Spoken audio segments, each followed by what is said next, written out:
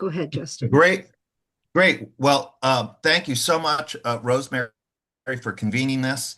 And I really want to thank my fellow contributors to this debate up for debate section. I think it has a lot to offer labor historians, and I hope also military historians. And so I'm excited that people have access to it until January.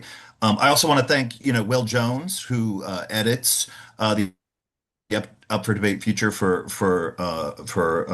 considering it, and Julie Green, who also commented on drafts. So it's been quite a bit of effort. So we were just talking. There's been and as you're alluding here, there's been a lot of I would say disparate kind of monographs and research projects that labor historians have been doing. Some labor historians who are interested in the history of war, labor historians who are interested in the history of empire, labor historians who are interested in problems of political economy and war in the United States, who've been making uh, uh, contributions to a historiography, but there really hasn't been, from my perspective, a lot of attempts to bring this historiography together and figure out, well, how does this work with military history or not? How does it work with different parts of subfields of military history, including war and society studies, which I think, in my view, has made room for social class and histories of class, if not always labor history, as well as questions around race and gender and other social and cultural questions. So with this piece, what I really wanted to do is to think about how war and labor history work together beyond the metaphorical. If you look at Marx and Marxism, you see war in the metaphorical sense. And I think, that is for a lot of the new labor historians' attempts to deal with these issues, analysis proceeds at the level of metaphor. And I wanted to try to think, I guess, sociologically and historically over time about what is specific and unique about military labor. And the way I did this in this piece is to think of it in three ways. One, that military labor is a specific kind of labor in terms of its status, its function, and the politics of that labor.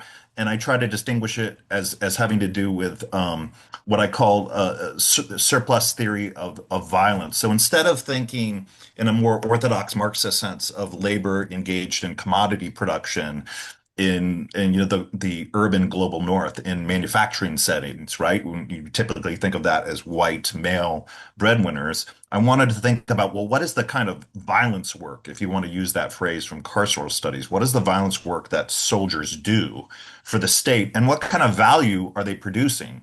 And how does it relate to capitalism and class relations or not?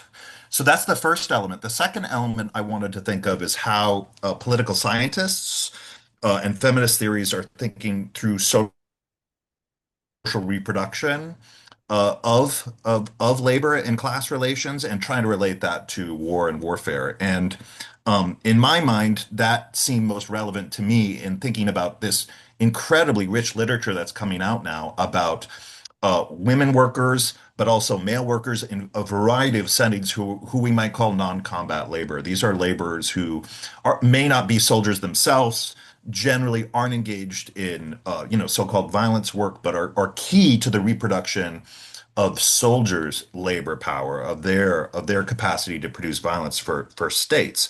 And then third and lastly, and maybe this is most provocative and controversial, although that's really not my attempt here. I wanted to think through the problem in Marxism and socialist theory that tends to assume that workers, and maybe this is teleological, right, that workers over time become more internationalist or should be internationalist. And coming out of my own research, I've been trying to think through this problem that maybe that's the wrong way of thinking about this. And the question really is, why do workers support war or participate in war, right? And trying to think of it on its own terms, thinking about questions of identity, about questions of status, thinking about questions of culture, And here I really build off of David Roediger and Julie Green's engagement with W.E.B. Du Bois's idea of a wage, or as several of my fellow contributors here point out, Du Bois speaks of this in terms of a public and psychological wage. And so I'm trying to play with this idea that working class people and poor people in America and other societies have found a certain kind of value or worth out of war, even if it doesn't always and usually doesn't bring them material advantage as it does for elites in those societies. So I'll leave it there and just let that stand as a kind of a summation. But I'm really excited to hear from my fellow contributors about their responses. Yeah, and I want to move to Tej next, but I also would like to um, just mention that you are at University of Massachusetts and your work. Do you mind Oh, if you I come in apologize. I didn't and introduce just myself. make Yeah, sure that so everybody knows the basis on which you're coming at this? You mentioned several things in there, but go ahead and this is how we'll continue. Introducing ourselves or introducing your work as well. So can you I just apologize. I went a right short into yeah, introduction? yeah. So again, it's Justin Jackson, and I'm a lecturer at UMass Amherst, and I'm the author of this book that just came out this year, "The Work of Empire, War, Occupation, and the Making of American Colonialism in Cuba and the Philippines" with UNC Press. Okay, great. And we'll move to Tej because you also draw on Black Reconstruction. So that's where Justin had left off here. Can you introduce yourself and elaborate on what you brought to the debate? Sure. Well, it's really my pleasure to be in conversation in the Labor Journal and with these distinguished colleagues. I am Tej Nagaraja. I'm an assistant professor at Cornell University in the ILR school, the Labor School, working across history and interdisciplinary labor topics. I frame my piece, Gotta Study War Work More, thinking in terms of building on Justin's sort of synthesis of multiple fields and provocations that he's just laid out. Thinking about how we might think about war work and war labor in different forms across combat and non-combat. My own first book is coming out in 2026, Troop Movements, looking at the U.S. workforce in World War II as a composite workforce across armed and unarmed labor, across the armed forces, and the defense industries as well, at home and abroad, thinking about that together. And so I frame my piece thinking about the Allied forces in World War II as this site where, if you look at the Lido Road in the China, Burma, India theater, you had both US and US imperial workers, you had British and British imperial workers blurring across these imperial realms, blurring across sort of defense work, uh, labor work of cooking and cleaning and construction and trucking with armed work as well. And so I guess one reason that I find that interesting, World War I and World War II, is because it gets to these bigger questions of workers of the world, because literally people from different locales, be they British subjects or British citizens, US subjects or US citizens, racialized African Americans or other groups, white Americans and otherwise, all were working for this larger workforce, both as employee in with compensation and with the sort of military and political stakes. And so what does that mean? What does that look like when you have people working shoulder to shoulder? And what does that mean about a larger sort of picture of what we might call a global racial capitalism, or what some scholars, and in my work, I call a racialized global division of labor? When Black Americans, white Americans, Chinese, Burmese, Indian, white British workers are all working and having different scales of pay and different scales of freedom or carceral control and violence within the Allied forces.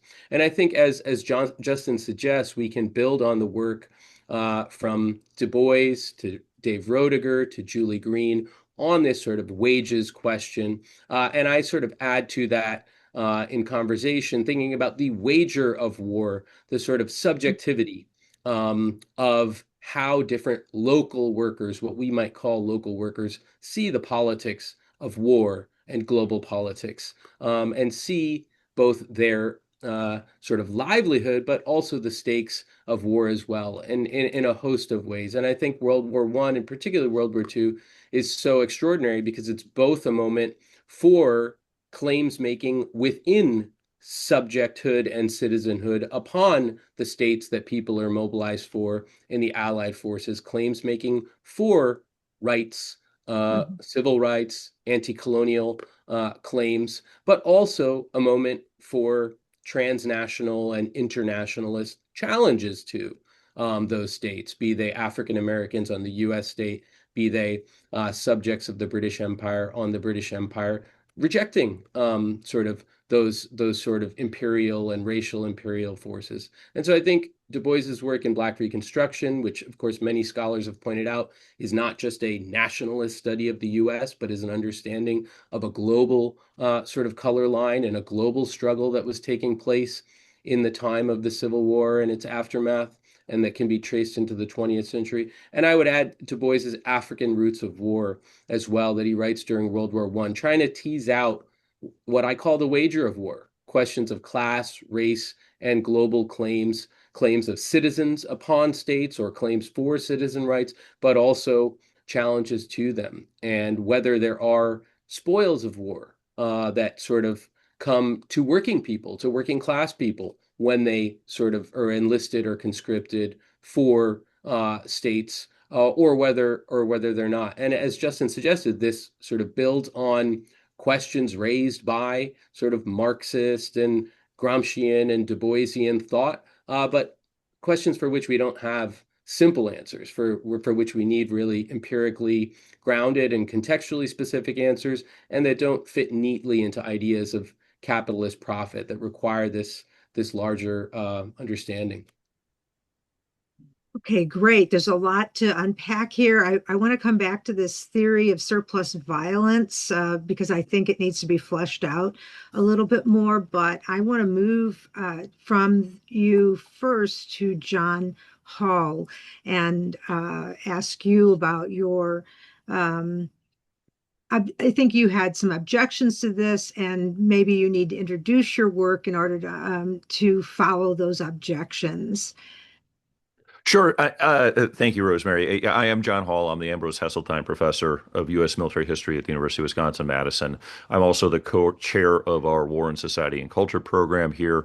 I'm a past president of the Society for Military History and feel like I have a pretty good, finger on the pulse of the state of the field and what's exciting. And I've made the observation in the past most of the most exciting innovations to me that have been made in the field over the past 20 or 30 years have been from other historians working in other subfield specialties who are migrating into the very, very big tent that is military history, or if you prefer, war and society studies. And so when I got the invitation to contribute to this roundtable, I was very excited. I'm very gratified to have had that opportunity to do so. I partly want to challenge the premise that I have objections, which of course that I do, I wouldn't foreground the objections. I'm incredibly enthusiastic about Justin's article, which provided obviously the space for this discussion we're having right now. I mentioned to everybody before we've actually started recording here that our War and Society Culture program is going to center that piece in a colloquium event that we're going to have here at the University of Wisconsin-Madison in the next month. And I think it has so much to offer. But in terms of where I am coming from, it's not so much an objection as I think an etic perspective. So I am a historian of the early American borderlands. And I'm a military historian of the literal and figurative borderlands. And Justin takes pains and does a very, very good job throughout his essay of recognizing and pointing out that even Marx recognizes the pre-capitalist, pre-state origins of warfare. All of these phenomena, exist for millennia before we get to the systems of the 19th and 20th centuries that provide so much rich material for analysis. And so my bias, as it were, is one of perspective who studies military practices of pre-state and pre-capitalist societies, both native and settler communities, before I think that they actually deserve those kinds of titles. And so I think the biggest intervention that I make in my piece, which I title Mars Before Marx, the Problem and Promise of Military Labor in the Colonial Era and Early Republic, is one of the ways in which Justin defines military labor essentially excludes that entire era, even at the same time that he recognizes that the origins of these wages of war predates the emergence of modern capitalism or the emergence of modern nation states. And so I sort of frame my intervention as looking at the origins of these wages of war in largely pre-industrial, pre-capitalist societies. Because I think if you begin in the present and look backwards, oftentimes those pre-capitalist, pre-state motivations for war, whereby these wages gain their currency, can be occluded by that perspective. I will also say, in the vein of telling you where I am coming from, at the risk of getting a little too autobiographical, I consider myself a historian of war and society, but I have been trained also in traditional military history, and can pass rather well as a so-called traditional military historian when I need to, and I did serve ultimately nearly 25 years as an officer in the U.S. Army, and that, so I think, it also explains where I'm coming from. I've taught military history at the U.S. Military Academy. Here at Wisconsin, I'm responsible for administratively of all of the ROTC programs, so officer education is also part of my background. And although I know you cannot necessarily make out the images over my shoulder on the mantle, but there are pictures up there of my dad and my wife's dad, each of them in uniform, each of them blue collar workers, union workers. My dad in a foundry for 32 years, my wife's dad as a tool machinist. Both of them very proud enlisted veterans. My dad volunteered not just for the Army but for Vietnam, and my father-in-law was drafted. So as I read these pieces and growing up in that kind of household, I could not help but sort of reflect autobiographically about what it was that motivated my dad to serve, and why he, to this day is incredibly proud of that service, while also very much identifying as a proud blue collar laborer. Mhm. And just before leaving could you explain a little bit, though, about how the pre-capitalist systems of war making that you look at in Native American societies and settler colonial? Can you just explain that a little bit? Yeah, and so How you feel it's pre? yeah, well, I mean, the point I really want to make here is, you could do this on a much broader scale anthropologically about pre-industrial, in using the term in sort of an anthropological sense of primitive societies in which there are warrior classes and cultures. All societies, and with obviously their own distinct qualities and unique character to it, have from their origins found a way to convey to warriors some version of these wages of war. It's one of the ways in which societies have incentivized people within the society to do things that put them at risk of harm or bodily death. It's a way of incentivizing them to do things that otherwise in day-to-day civil life would be regarded as morally repugnant and psychologically scarring to do.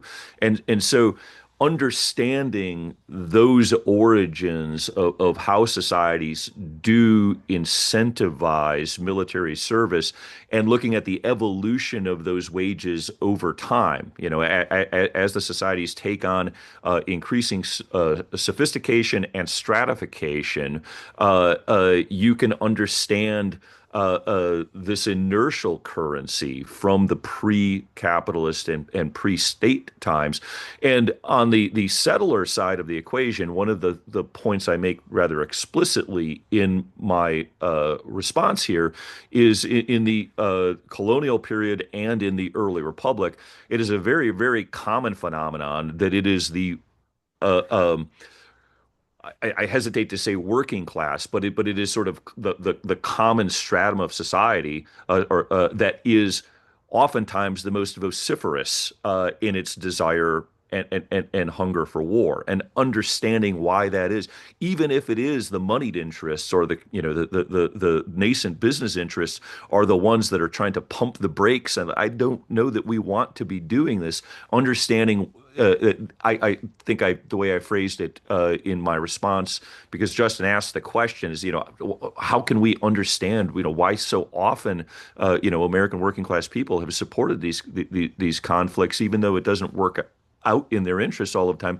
When you look at these earlier chapters, I think sometimes it seems beside the point when it is the elites that are trying to prevent the wars, that common settler communities themselves are determined to start, both because they are the ones who will realize the most immediate material benefits from these campaigns, but also because they live in societies which, not unlike, it's in some respects a very neat mirror of some of the native societies that they are opposing, venerate the most accomplished warriors among them. And so this is in these relatively simple economies, one of the most straightforward pathways to individual advancement among them. In the period in which I especially specialize, is the Jacksonian America, no pun intended. There is a very common phenomenon in which, in frontier states and southern states in particular, if you wish to be elected to any kind of public office, you need to establish your bona fides as an Indian fighter. And it helps explain why during the Second Seminole War, for instance, you have people from as far away from Missouri, working class people answering the call for volunteers, which the federal government does not want.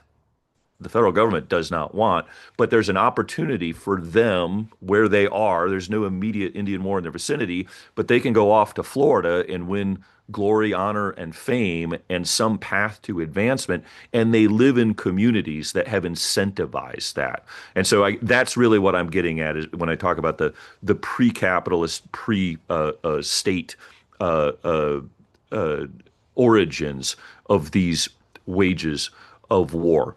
The last thing that I would say on the topic of the early origins of this, and I think that's something that's also missed if we are looking, especially at 20th century America, but I would even say post-Civil War America, is the extent to which the military labor of the nascent American state is just a tiny minority of the people who are serving. Okay, so in America's wars from the Revolution and really through World War II, these are mass citizen armies. And the way that Justin defines military labor is actually one I agree with, for the kind of analytical tools that he's arrayed for us and surveyed and synthesized in this piece. I actually agree with it. The last point that I would make here, and a point I raise in my response, that is just a tiny sliver of the military manpower of the United States from its pre-revolutionary origins all the way through World War II, in which mass citizen armies, the rank and file of them, uh, uh, oftentimes do not conceive of themselves as military labor in this light. They see themselves as lowercase r Republican citizens who are lending themselves to the military. And, once they are done lending themselves to the military, are going to return back to civil life. Hmm. Okay, wow, great. That's a lot of great context and information. So I appreciate it. And we'll move to Reena Goldthree and just introduce some of your subjects. And you bring up issues of violence and also another element of W.E.B. Du Bois. I'd really love to hear about that. Reena?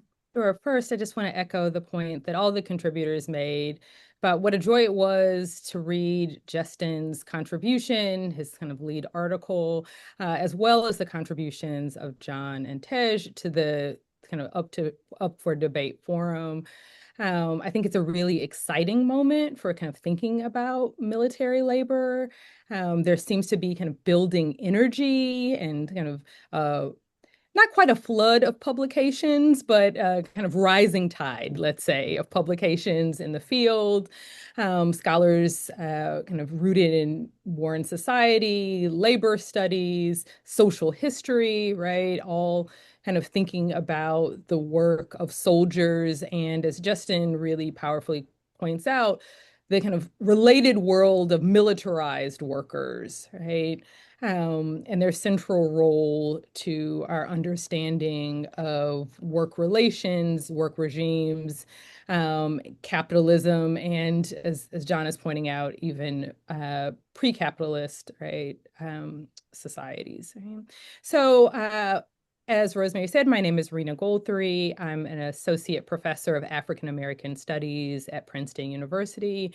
I am a historian of Latin America and the Caribbean. So that is kind of the approach and the kind of field grounding for my work. I'm the author of a book that came out this month. Democracy, there it is. Democracy's Foot Soldiers. I have to like remember the subtitle. World War I and the Politics of Empire in the Greater Caribbean, published by Princeton University Press. And the book explores the experiences of Afro-Caribbean soldiers who served in World War I as a part of the British Empire. They served in a regiment called the British West Indies Regiment. And the book takes up the kind of a question that also animated my response of why is it, right, kind of how did colonial subjects, right, understand their military labor, both the kind of explicit military labor of soldiers, but also the kinds of sacrifices that are being made by their larger kind of network of kin as well, both on the home front and overseas. I also approach this question as someone who studies a regiment that was, while formally trained as infantry soldiers, almost were exclusively deployed in non-combatant roles, right?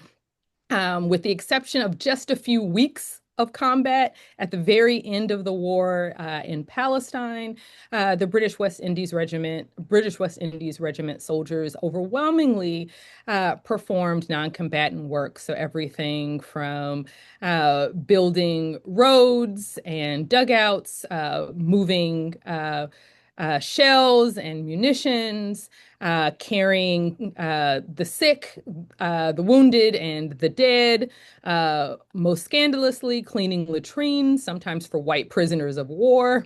Right? And so they performed a host of non-combatant labor, even though they were officially recruited and trained as combat troops. And so they offer an insight into both the kind of expansive understanding of military labor. Right? In my contribution for the forum, I kind of think with Justin around kind of three main points. The first building here on kind of Justin's engagement with the concept, Du Bois's concept of a psychological wage, right? That then has kind of really produced voluminous scholarship thinking about also kind of whiteness, right? And then with David Roediger's work and Julie Green thinking about the wages of empire. What I kind of took up from Justin's article is this question that has animated my own work of what is at stake for colonial subjects, right? Who often explicitly enter the military at the lowest rung, right? And in the case of the soldiers that I write about, the British West Indies Regiment was an all-volunteer force. So this is the kind of unique colonial regiment that is also wholly comprised of volunteers. And if that is not interesting enough, they are volunteers, many of whom who actively launched a campaign to be able to volunteer, right? So kind of thinking about then what was at stake, right, for them and what kind of wages, both material and non-material, right? And so here, one of the things that I argue that's really productive about Justin's work is that he encourages us to, think about the kinds of compensations that exceed the material, right? So the kind of pursuit of political rights, of kind of gendered affirmation in the case of kind of ideas about kind of martial masculinity and manhood, the pursuit for colonial subjects of political rights, in dialogue with, right, the reality that for many colonial subjects who are overwhelmingly working people, the military also offered a stable wage, something that certainly in the case of the Caribbean, where underemployment was the norm and wages were seasonal, that military employment was a steady job, right? I also, in my contribution, think alongside Justin's concept of militarized migration, which I think is really useful, right? In a piece I wrote several years ago for another labor forum, a special issue on labor and empire, I explored the ways in which military recruitment in the British Caribbean was linked to civilian labor migration. Around 1 in 8 soldiers who served in the British West Indies Regiment had already migrated to Panama. They were migrant workers living in Central America, mainly in Panama and Costa Rica, who had built the Panama Canal and in 1914 found themselves laid off. Right? And so in that piece, I think about the connections, the kind of historical connections between migrant labor, migrant civilian labor, and military labor, and ask these kind of larger questions about how we can think about military labor as a form of migrant labor, right? The kind of ways in which the military, particularly kind of large imperial forces, right? So we think about the kind of British Army, right, at its imperial height, or the French Army, are mobilizing hundreds of thousands or upwards, right, sometimes even millions of colonial subjects and putting them into motion, right? And so here, kind of Justin's concept of militarized migration helps us to start thinking about two aspects of labor history that are rarely put into conversation, right? To think about how we can use the kind of insights of labor historians who work on labor and migration to also think about how the military, one of its kind of central functions, in fact, is to move workers, right? To move them around, to create new kinds of hubs, right? To deploy them, right? And that the military, right, no different in some ways than United Fruit Company, has to figure out how to move people to foreign places, the kinds of supply chains, and then, right, to deploy them in ways that fit their objectives. So I think that the kind of concept of militarized migration actually is remarkably generative. On the final point around this question of violence, one of the things that I think is important as we're thinking about the wages of war is to think about how those wages, of course, are unevenly distributed, right? And how military workers are both agents and subjects of violence. And here I'm thinking about Michelle Moyd's work on colonial subjects in East Africa, colonial soldiers in East Africa. She really kind of thinks through this in really rich and important ways. But the ways in which, of course, soldiers, kind of formally enlisted soldiers, lack many of the hallmarks of free laborers, most importantly, the ability to quit, right? And so to kind of think about the ways in which soldiers are subject to numerous kinds of hierarchies. Of course, the major one is between officers and in the enlisted class, right?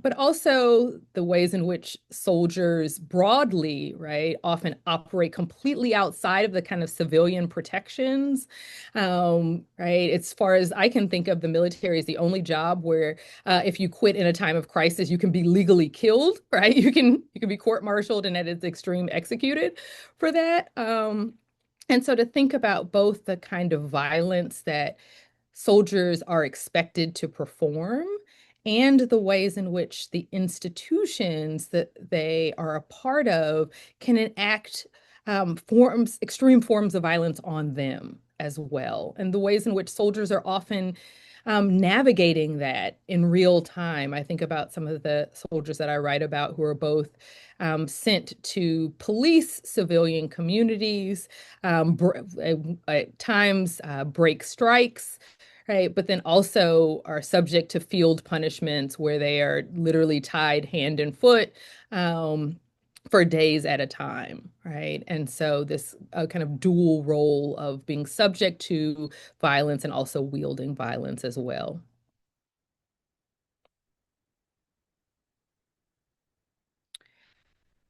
Rosemary, I Oh, think you're I, muted. I think you're muted, Rosemary. Okay. Yeah, my dog was in the background there. I apologize for that. Um, so thank you. It's a great first round there, and there's a lot to unpack. I'd like to just ask Justin to respond to first, and then ask any of you to respond to each other from what has been said.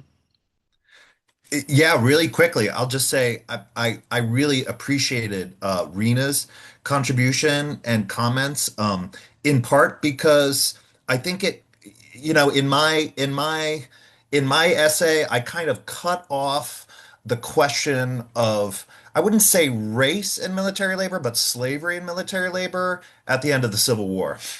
And I'm not really sure that that's the correct periodization or the way to think about it. I mean, there's, slavery is on the spectrum of forced labor and unfree labor. And I think, as Rena is pointing out so well, military labor, it happens to be racialized in some contexts, but it's always unfree, right? And so there's a kind of a cultural echo of enslavement in an imperial and colonial setting after 1865 that I think is important. Rita also points out, and this is something that I should have spent more time on.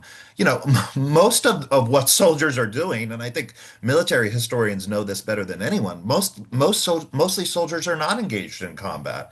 They're engaged in mundane.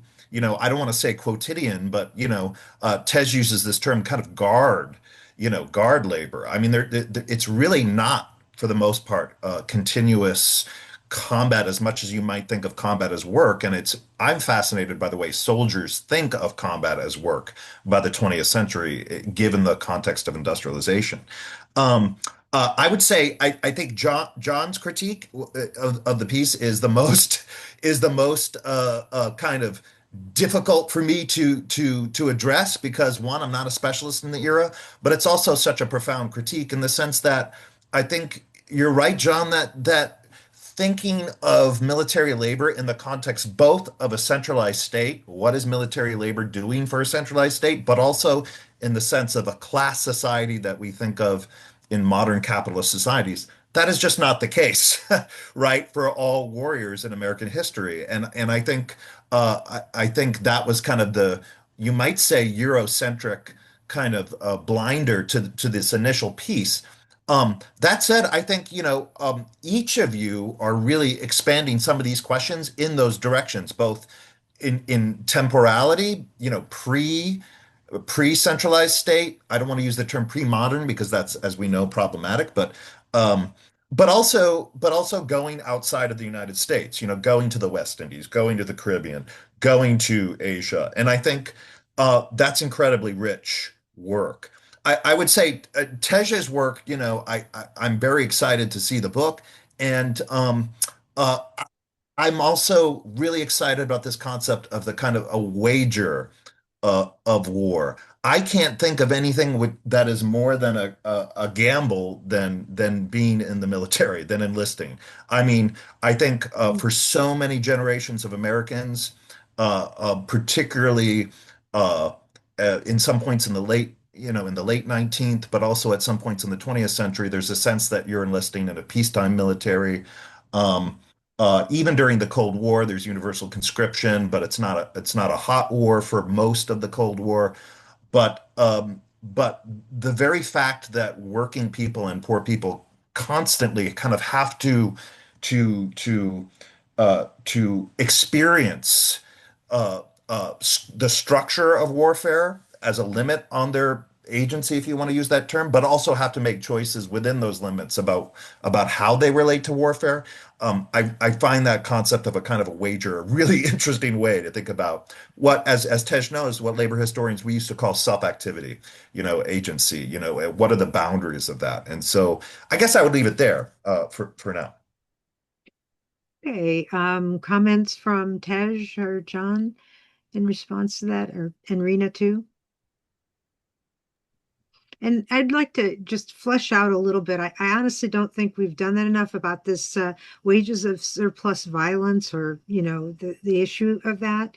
And all of you contribute, and you've all also somehow related to that subject. So can we talk about it? I think practically, like what can you help people ground that a little bit better? What exactly your meaning is? And Justin, you could start us out again on that, or defer it to somebody else.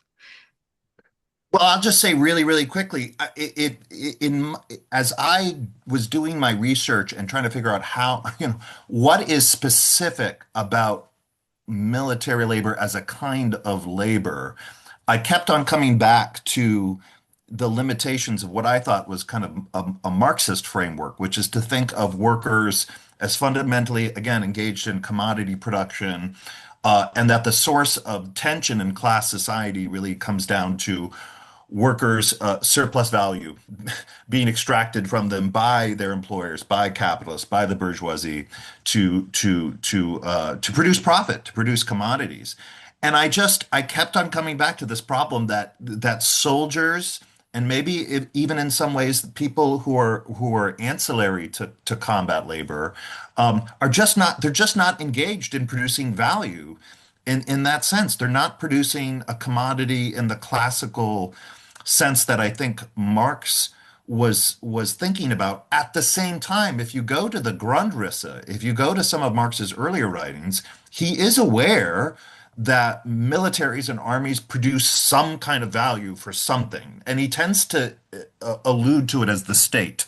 And I think if that is the case, it becomes a really interesting question. What kind of value do soldiers produce? What kind of value do the people around soldiers who support soldiers, right, in this kind of militarized labor? What kind of value do they produce? And I think that's a central question that should concern labor historians who are trying to figure out, well, how would you write a labor history of war, right? How would you write a labor history of the military?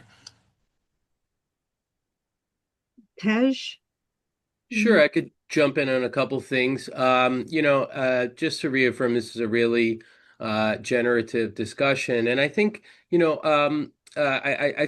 I think again, Justin asks the right questions in the piece and here, and just to put it in just very simple terms for people to pick up on, we're talking about the relationship of labor history and the history of capitalism to the military history, foreign relations history, and the question of international relations. And this is a big question that there is certainly important sort of work on the relationship of the interests of elites, the interests of capitalists, so to speak. But it is the work of historians to sort of tease those things out. And so I think the questions about, as Justin Jackson offers, the labor theory of surplus violence are really valuable. As Justin mentioned, so, I invoke the idea of guard labor that Samuel Bowles and others have talking about. And I also think, the work of carceral history is really useful here, the studying of policing and incarceration, especially as all of us have discussed, that often the work of soldiering is not battlefront combat. Often it is in various modes of guard and sort of social control, even in the armed realms, right? Even when it is patrolling as such, and certainly when there is Cold Wars in the earlier eras of early America and before the 20th century, when it's sort of outposts and sort of control of land, and then into, of course, the literal Cold War and sort of a base empire of the United States and otherwise. And so I think one of the things that our forum contributes to is also these larger questions of, state and capital, the political and the economic, and the foreign and the domestic. And I think building on the work of scholars like Ruth Wilson Gilmore, analyzing the state, and as the recent questions have suggested, the role of the state, not simplistically as serving some elite profit interest, but playing a certain guard role of sort of managing spaces and social groups that are seen as unproductive and less productive. And I think this sort of speaks back to some of the things John Hall raised about pre-capitalist, pre-industrial, but also even early capitalist, early industrial America, where sort of managing surplus or of course in the 20th century the word becomes security, right? And the question of security, of managing certain spaces and social groups that are seen as unproductive, less productive, or threatening to that which is productive. And that certainly has pre-capitalist and early origins, and it certainly becomes very much absorbed into a capitalist logic. And I guess just the other point I would build on is, I mean, I think, John Hall, Reena Goldthree, Justin Jackson have done this work on, the 19th and early 20th century. And I appreciate the attention also to the work of Michelle Moyd, which I think is really important for this conversation. And, in my work on World War II, I really think it gets at some of the periodization, right? John Hall presented this idea that there was not perhaps a permanent military class in the United States or a permanent workforce, that there was this Republican citizenry that I think you traced from early America through the world wars, that sort of toggled back into the civilian labor market. And then you have this turn with national security and the Cold War, from World War to Korean War and World War II, where there is this sort of notion of a permanent national security state, a permanent force projection, still a draft in World War II, Korea, Vietnam, but also this idea that there is going to be sort of an enlisted class with GI Bill benefits renewed from war to war. And then, of course, we know from post-Vietnam, we have the all-volunteer army, the military welfare state, as Jennifer Middlestott calls it, that removes that sort of citizenry and collective relationship. And the last point I'll make is, one thing I touch on is sort of the way of war, and thinking about how sort of analysis of labor and capital can be brought to military service as well. And we can think about early American war. I think of World War I and World War II as sort of Fordist mobilization, Fordist Keynesian mobilization. And then we have the sort of neoliberal turn of the 1970s, the turn in the so-called revolutionary military affairs, and sort of more stealthy forces, special forces. And on that kind of wager of war piece, that as I've called it, now you have, even the gamification of war, right? The sort of video game inspiration of war, and in turn, the sort of gamification of sort of war objectives itself. This sort of comes out of the sort of Top Gun era, the post 1970s era, and now perhaps with the sort of Hegseth moves, even sort of more making more literal sort of video game scoring and winning in these sort of operations that the U.S. is conducting in the Caribbean, in the East Pacific.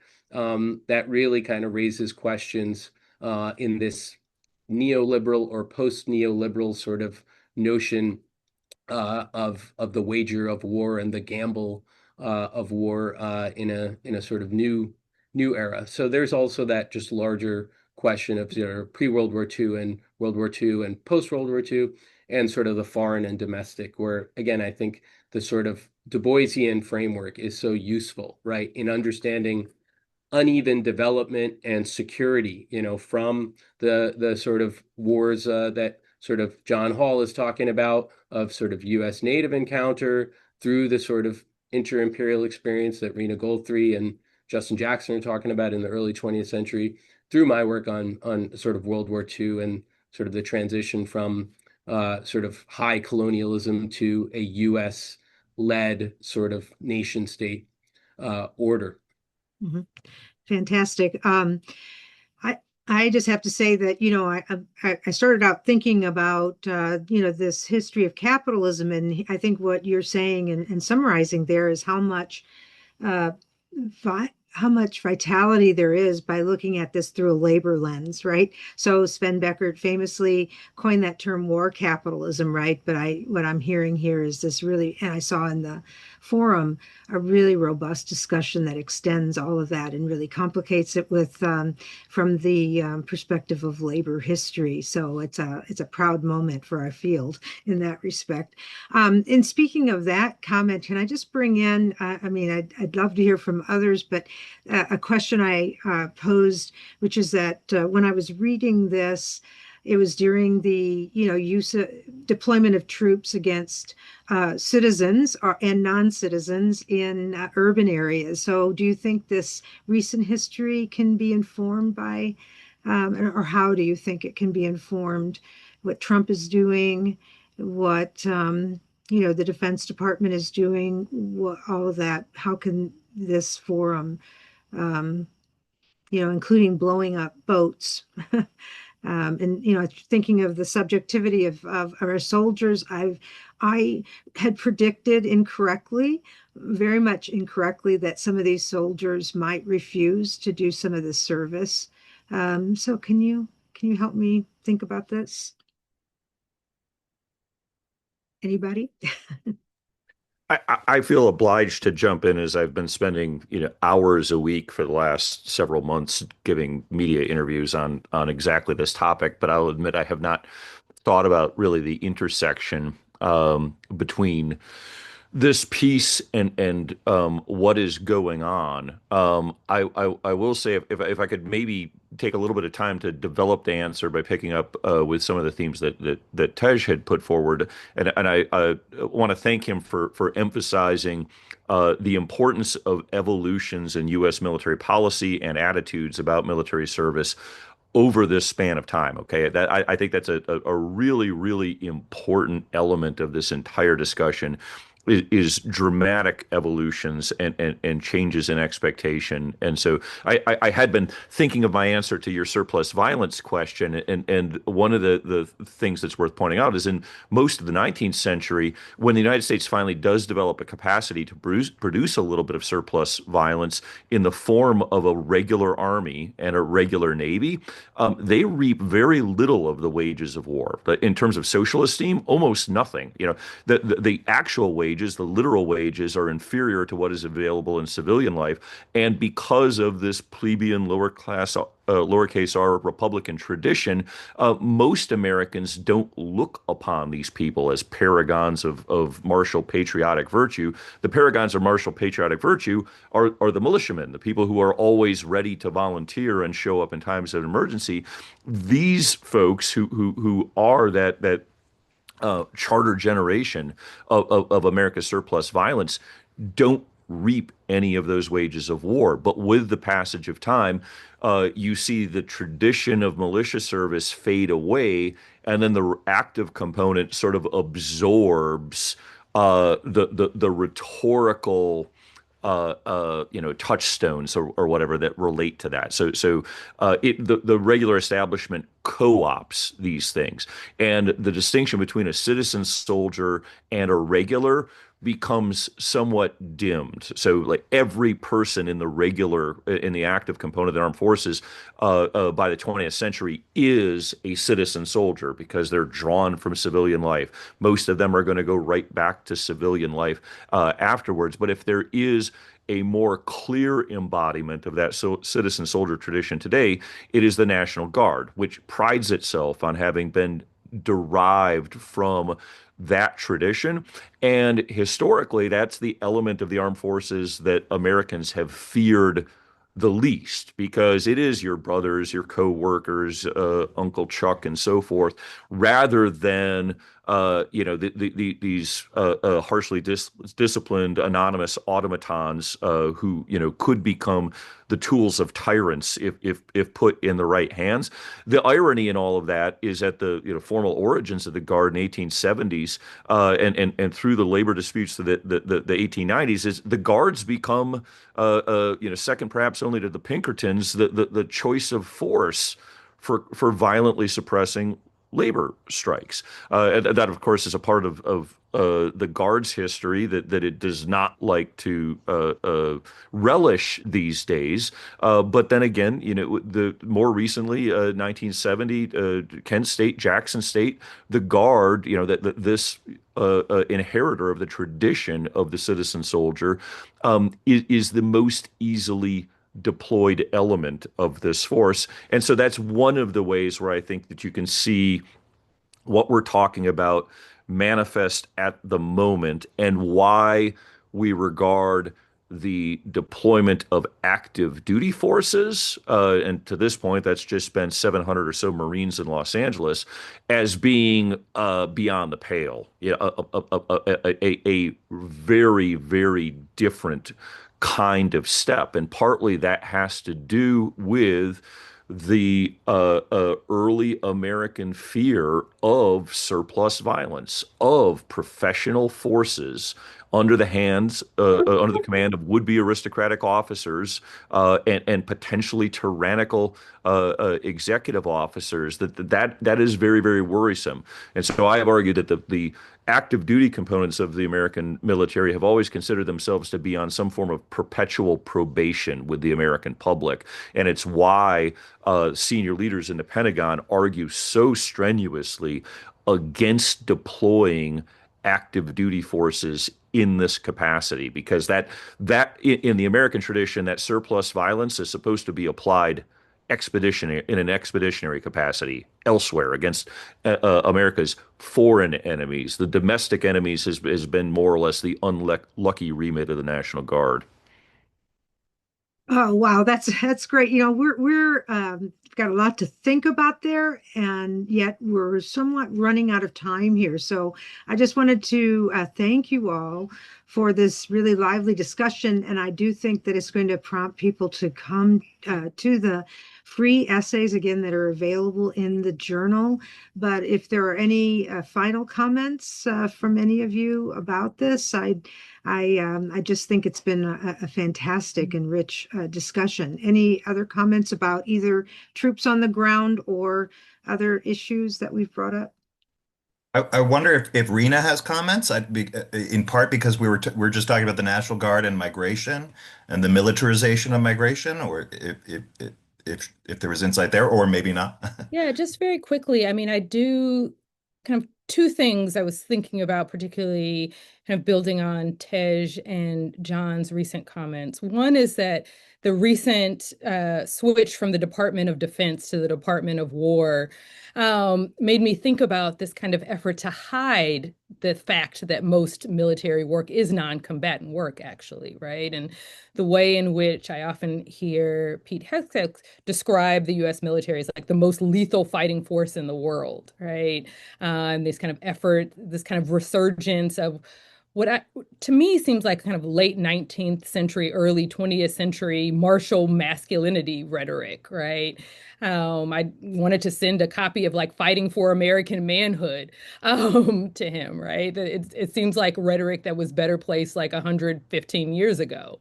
And very much out of step with the kind of realities, both of war making in this time, but also the fact of like everyday life of soldiers. Um, and finally, as someone who works on Latin America and the Caribbean, I want to issue a kind of plea to folks listening to this to pay close attention to what's happening, right, with the kind of targeting of civilian vessels in open water in the Caribbean and now also in the Pacific. And the fact that now at least dozens of people have been killed based on claims, again, unverified and certainly uncharged, right, have been killed in open water in ways that threaten to destabilize the Caribbean, in addition to costing many, many lives. And so I think that we have lots of things, of course, we have to think about and be vocal about in this moment. And I just hope that this is not a back burner issue, that this raises lots of political and ethical issues about how the U.S. military engages with neighboring states, the long history of U.S. military intervention in Latin America and the Caribbean, which has had what I think is unarguably uniformly disastrous consequences. And I just hope that, right, as a part of these discussions about military labor and the ways in which often working people are conscripted, either literally or socially, to participate, we can really think about forms of resistance in this moment, not normalizing these practices and often and explicitly calling them out as a departure from recent U.S. military practice, one that has led to even senior U.S. military officials stepping down rather than to continue to oversee these. So even within the U.S. military, there's a recognition of the harm and departure from U.S. military practices.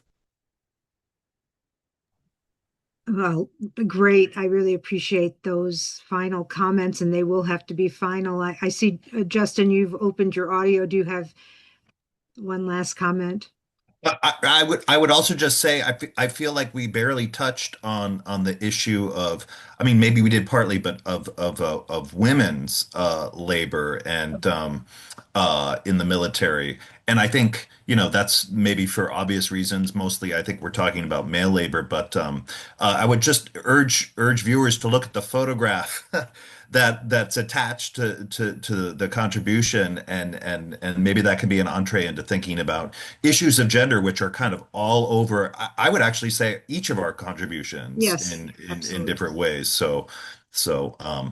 but And time is limited. yes, So, we have time, limited time, and I hope that people just have to go read it, right? Okay, well, thank you so much, and I really appreciate all of these wonderful provocations. So, thank you. Thank you very much. Thanks, thank you very much, Rosemary. Rosemary. Thanks, Thank you. everybody. Thank you all.